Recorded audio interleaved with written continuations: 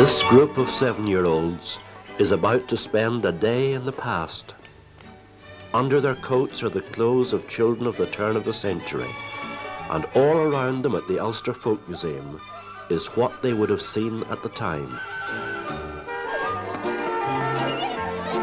The turf provided a source of heat and a simple means of baking bread, which the children were eager to try for themselves under the guidance of the Folk Museum staff. You rub your hands in the flour, and then 1, 2, well, wait until you're ready. It's your turn to do it. Well, people who, yes, you do that. 1, 2, 3, 4. Will everybody do that? You really work. And everyone did try, with varying degrees of success. That's the way. Right, this is the way they made their bread. It's the only bread they had. They would have cut it in 4. So that would have been, each piece would have been a quarter of our big penny. And I think that's where the name farl came from, farthing. And then came the moment when the bread was ready to be put on the griddle for baking. It goes in the griddle. I know it's already cooked. And soon they would be able to eat their soda farls with butter, as their great-grandparents had done.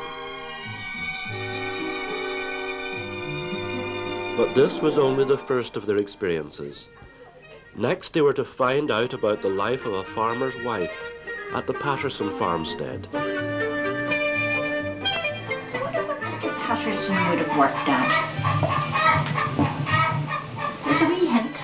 I can hear something that gives me a wee clue.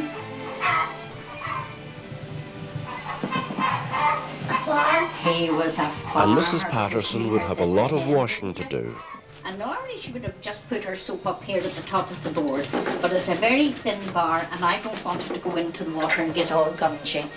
She just didn't do it like that. Yes, very good.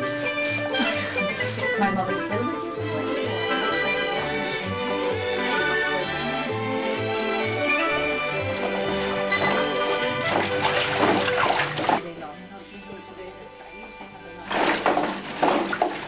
Washing day consumed a great deal of energy, but water could provide power too, as it did to drive the spade mill.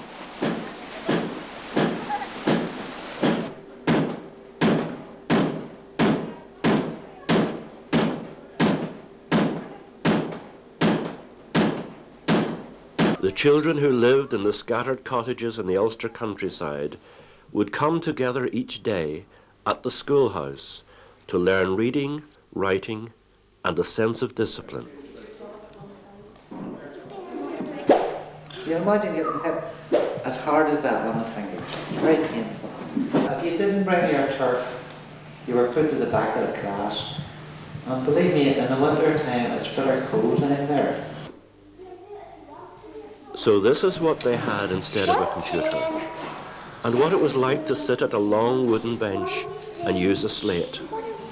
All they needed now was for their friendly teacher from the 1990s to become a severe mistress of the 1890s.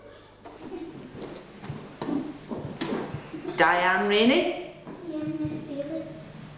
Donna McCauley. Ruth Ford. Present Mrs. Davis. Paul Semple. Present Mrs. Davis. Craig Goodall. Present Mrs. Davis. Lorna Ramsey. Present Mrs. Davis. Stephen Clark. Present Mrs. Davis. Get your slate down and get started. I want to see nice, clear shapes. Get your hand down, Vicky, and you'll write much better. And now it was time to rhyme off their tables. 1 and 1 are 2. 1 and 2 are 3. 1 and 3 are 4. 1 and 4 are 5. 1 and 5 are 6. 1 and 9, 10. 4 and 10 makes 14. That's enough. And so it was. And they could now relax and have their lunch and think about all the experiences which they have had in this day in the past. I like the cows and the goats and the man making the shovels. I liked it whenever we went to the washing place. Like using the wash dolly. I liked getting the pancakes. And then it was time to go home.